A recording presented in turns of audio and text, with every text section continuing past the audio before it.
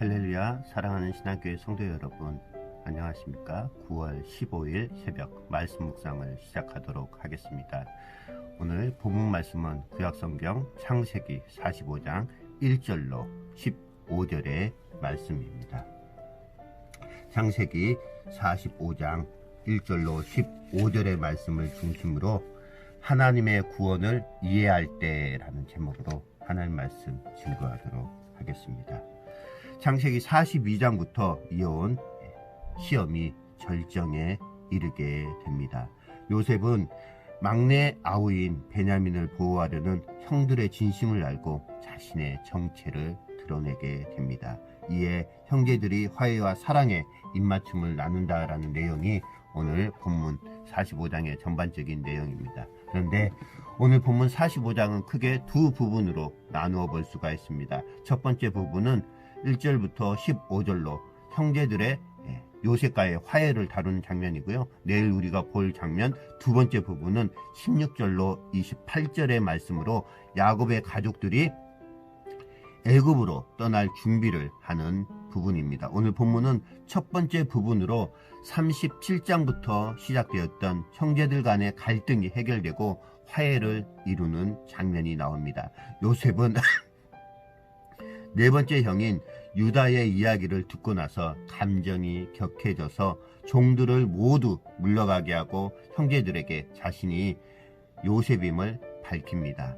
이때 요셉의 가장 큰 관심은 아버지 야곱에게 있었습니다. 기근이 앞으로 오래 지속될 것이기 때문에 아버지 야곱을 빨리 애굽으로 모셔와야 한다라는 생각뿐이었습니다. 요셉은 베냐민과 다른 형제들과 더불어 화해의 눈물을 흘리며 완전한 용서를 보여줍니다. 참으로 긴 세월 동안 형제들은 씻을 수 없는 마음의 상처를 가지고 살았는데 이제 그 상처를 치료하고 새로운 출발을 위한 전환점을 맞게 됩니다. 그러한 내용이 본문 45장에 흐르는 전반적인 내용입니다. 사랑하는 성도 여러분, 우리의 삶이 생동감으로 넘치지 않고 정체된 것처럼 여겨질 때가 많이 있습니다. 그것은 삶을 살아가는 데 필요한 몇 가지 가장 중요한 열쇠가 결여되어 있기 때문입니다. 첫 번째는 모든 사람을 용서할 수 있어야 한다라는 것이죠. 신자는 다른 지체를 용서하고 자신의 생각과 마음을 나눌 수 있는 마음이 있어야 합니다. 요셉은 격정을 감당하지 못하고 시종들을 물러가게 하고 형제들 앞에서 통곡하면서 자신이 요셉임을 자신의 정체를 밝히게 됩니다.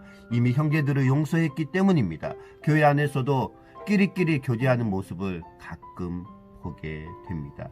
신자의 일상이 용서인데 어느 틈엔가 우리는 이런저런 사소한 일로 상처받았다라고 말하면서 관계 가운데 벽을 쌓아가고 있습니다. 심지어 교회 안에 중직자임에도 불구하고 서로 용서하지 않고 몇 년간 말을 섞지 않고 지낸다는 믿지 못할 이야기도 들을 때가 많이 있습니다. 요셉이 당한 일을 생각해 보시기 바라겠습니다. 어떻게 그가 형들을 용서할 수 있었을까요? 그것은 자신을 향한 하나님의 은혜가 무엇인지 깨달아 알았기 때문입니다. 1만 달란트 탕감받은 자가 100데나리온 빚진 자를 용서하지 않을 수는 없습니다. 두 번째는 하나님의 구원의 경륜을 이해해야 한다라는 말씀입니다. 요셉은 형들이 자신을 팔았지만 그것은 하나님이 자신을 애굽에 먼저 보내신 것이라고 이야기합니다. 이스라엘 가족 공동체를 구원하시기 위해서 요셉을 애굽의 주권자로 세우시려는 하나님의 구원의 경륜이었다라고 고백합니다. 요셉이 형들을 용서한 동기가 어디에 있는지 알 수 있는 대목이기도 합니다. 당신은 삶을 어떤 기준으로 해석하며 살아가고 있습니까? 나의 얄팍한 지식이나 경험이나 세상의 헛된 풍문을 의지하며 살아가서는 안 됩니다. 완전하시고 영원 불변하시고 능하신 하나님의 구원의 경륜을 굳게 붙잡는 것이 가장 확실한 우리의 삶의 토대가 됩니다. 관점에 따라 삶이 위대해질 수도 또 비천해질 수도 있습니다. 성경을 열어 말씀의 뿌리를 내리고 하나님이 주신 양분을 공급받아 살아야 합니다. 마지막 세 번째로는 기쁜 소식은 속히 알려야 합니다. 요셉은 형제들에게 속히 자신에게 관한 소식을 아버지 야곱에게 전하라라고 말을 합니다. 요셉은 자신의 이스라엘 가족 공동체와 그에 속한 모든 사람과 소유를 고센 땅으로 옮겨 돌보겠다라고 이야기를 합니다. 기쁨에 들뜬 요셉의 목소리가 들리지 않으십니까? 우리도 기쁨에 들뜬 목소리로 우리가 받은 복음을 세상에 나가서 전해야 합니다. 복음을 전해드리는 이들에게 그것은 참으로 복된 소식이 될 것이기 때문입니다. 할 수 있는 대로 복음을 전하고자 했던 사도 바울도 이런 기쁨이 있었기 때문에 놀라울 정도로 사명을 잘 감당할 수 있었습니다. 복음을 전하는 우리의 모습에 기쁨이 없다면, 감격이 없다면, 또한 나중으로 미루기만 하고 절박한 심정과 기대감이 없다면 그것은 이상한 것입니다. 기쁜 소식은 속히 알려야 합니다. 여러분의 일상에 있어서 용서가 있으십니까? 여러분의 관점은 말씀에 기초를 하고 있습니까? 그러면 은혜의 확고한 토대 위에 설 수가 있습니다. 이 복음을 알리고 전하는 것이 참된 기쁨인 줄 믿습니다. 이 시간 공동체 기도 제목으로 함께 기도 나누는 시간 갖도록 하겠습니다. 하나님, 우리에게 일어난 모든 일이 하나님의 섭리 가운데 있음을 늘 기억하게 하시고 하나님의 주권과 섭리를 인정하며 살아가는 오늘 이 하루의 삶을 살게 해달라고, 또한 우리 신학교에 여러 가지 기도 제목이 있지 않습니까? 여러분들 주보를 참조하시면 주보에 나와 있는 대로 교회와 담임 목사님을 위한 청빙 기도, 신안의 성도들을 위한 기도, 또 코로나19 치유와 회복을 위한 기도가 있습니다. 이러한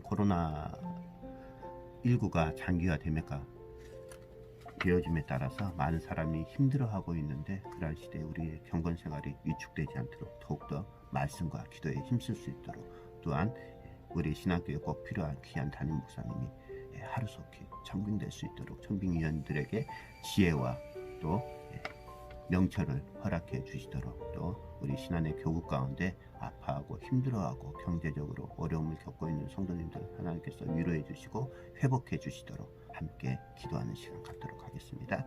기도하겠습니다. 사랑과 은혜가 충만하신 아버지 하나님, 주님의 크신 은혜와 사랑을 감사를 드립니다. 오늘도 하루를 시작함에 있어서 하나님 앞에 경건회로 하루를 시작할 수 있도록 은혜 베풀어 주심을 감사를 드립니다. 우리의 모든 것들을 주님께 의지하고 믿고 간구하고 나아갑니다.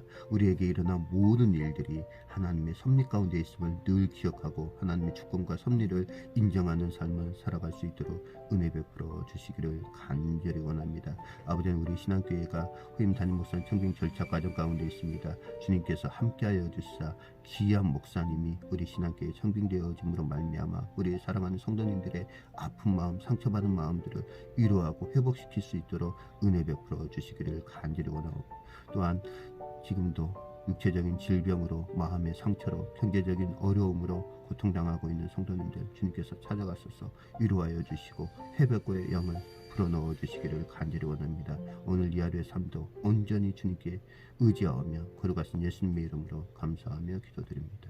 아멘. 사랑하는 신앙교회의 모든 성도 여러분, 오늘 이 하루의 삶도 주님 안에서 행복하고 평안한 삶을 살게 되시길 주님의 이름으로 축복드립니다. 사랑하는 신앙교회 모든 성도 여러분, 주님의 이름으로 사랑합니다.